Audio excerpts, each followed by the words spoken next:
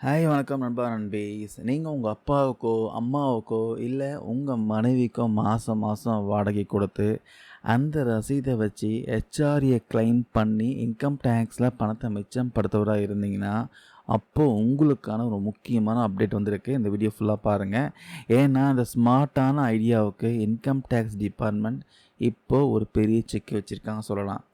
April 2026 முதல் அமலுக்கு வரப்போகிற புதிய வருமான வரி வரைவு விதிகளில் அப்படி என்ன மாற்றம் பண்ணியிருக்காங்க வாங்க டீட்டெயிலாக பார்க்கலாம். இது வரைக்கும் நீங்கள் ஹெச்ஆர்ஏ கிளைம் பண்ணோம்னா வீட்டு உரிமையாளரோட பேன் நம்பர் மட்டும் கொடுத்தா போதும். ஆனால் இனிமேல் அப்படி பண்ண முடியாது. ஏப்ரல் 2026க்கு அப்புறமா நீங்கள் யாருக்கு வாடகை கொடுக்குறீங்க அந்த வீட்டு உரிமையாளருக்கும் உங்களுக்குமான உறவு முறை ரிலேஷன்ஷிப் என்ன அப்படிங்கிறத வெளிப்படையாக தெரிவிக்கணும்னு சொல்கிறாங்க. இதுக்காகவே ஃபார்ம் 124 அப்புறம் 12BA அப்படின்னு புதிய முறையை பார்த்தீங்கன்னா அறிமுகப்படுத்தியிருக்காங்க. 2 ஃபார்ம் அறிமுகப்படுத்தியிருக்காங்க.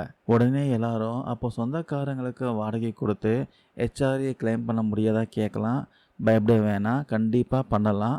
இந்த புதிய வரைவு விதி என்ன சொல்லுதுன்னா, உறவினர்களுக்கு வாடகை கொடுப்பதை தடை செய்யவில்லை சொல்கிறாங்க. இது வரி ஏய்ப்பை தடுக்கவும் போலி ரசீதை ஒழிக்கவும் கொண்டு வரப்பட்ட ஒரு முறை தான் சொல்கிறாங்க. உதாரணமாக ஒரு எக்ஸாம்பிள் சொல்கிறேன். அனிதா என்ற ஒரு கேர்ள் பார்த்தீங்கன்னா அவங்க அம்மா வீட்டில் வாடகைக்கு இருக்காங்க. மாதம் 20,000 ரூபாய் வாடகையை பேங்க் மூலமாக அனுப்புகிறாங்க. அவங்க அம்மாவும் அந்த வாடகையை அவங்களுடைய ஐடிஆரில் வாடகை வருமானமாக காட்டுறாங்க. இப்படி பக்காவாக ரெக்கார்ட்ஸில் இருந்தால் நீங்கள் ஃபார்ம் 12BAயில் அம்மானு உறவுமுறையை வெளிப்படுத்தினாலும் உங்களோட ஹெச்ஆர்ஏ கிளைம் எந்த பிரச்சனையும் இல்லாமல் அக்செப்ட் பண்ணிப்பாங்க.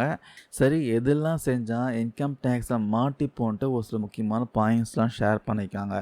நீங்கள் உண்மையிலே வசிக்காத ஒரு வீட்டுக்கு வாடகை ரசீது கொடுக்கறது, அதுக்கப்புறம் வாடகை பணத்தை பேங்க்கில் அப்பாவுக்கும் அம்மாவுக்கும் அனுப்பிட்டு மறுபடியும் அதை சீக்கிரட்டாக கேஷாக திரும்ப வாங்கிறது, முறையான வாடகை ஒப்பந்தம் ரெண்டல் அக்ரிமெண்ட் இல்லாமல் பேங்க்கில் ட்ரான்ஸ்ஃபர் பண்ணாமல் கேஷாக கொடுக்கறது, ரொம்ப முக்கியமாக வாடகை வாங்குகிற உங்கள் அப்பா அம்மா அல்லது மனைவி அதை தங்களோட ஐடிஆரில் வருமானமாக காட்டாமல் இருக்கிறது.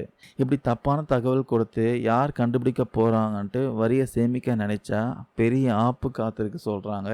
வருமான வரி சட்டம் 270A படி பார்த்தீங்கன்னா தப்பான தகவல் கொடுத்து வரி கட்டாமல் ஏமாத்தினா நீங்கள் கட்ட வேண்டிய வரியில் 50% பார்த்தீங்கன்னா அபராதம் போடுவாங்க. அதுவே பணப்பரிமாற்றமே இல்லாமல் போலி ரசீது கொடுத்தீங்கன்னு கண்டுபிடிச்சாங்கன்னா வரி தொகையில் 200% வரைக்கும் பார்த்தீங்கன்னா ஃபைன் போட வாய்ப்பு இருக்குது. அதனால் நண்பர்களே, நிபுணர்கள் என்ன சொல்கிறாங்கன்னா, நீங்கள் உங்கள் குடும்ப உறுப்பினர்களுக்கு வாடகை கொடுத்தாலும் அது சந்தை நிலவரப்படி உண்மையான வாடகையாக இருக்கணும். சரியான ரெண்டல் அக்ரிமெண்ட் போடுங்க. மாதம் மாதம் பேங்க்கில் பணம் ட்ரான்ஸ்ஃபர் பண்ணுங்கள். யார் வாடகை வாங்குகிறாங்களோ அவங்கள ஐடிஆர் ஃபைல் பண்ண சொல்லுங்கள். இந்த மூன்றும் சரியாக இருந்தால் நீங்கள் யாருக்கும் பயப்பட தேவையில்லை. தகவல் நிறைய பேருக்கு யூஸ்ஃபுல்லாக இருக்கும். முக்கியமாக கவர்மெண்ட் எம்ப்ளாயிஸ், ப்ரைவேட் எம்ப்ளாயிஸ்க்கு யூஸ்ஃபுல்லாக இருக்கும். டேக்ஸ் சேவ் பண்ணுறேன்ட்டு இது மாதிரி தப்பான விஷயம் பண்ணி மாட்டிக்காதீங்க. தேங்க்யூ நண்பர் நண்பீஸ்.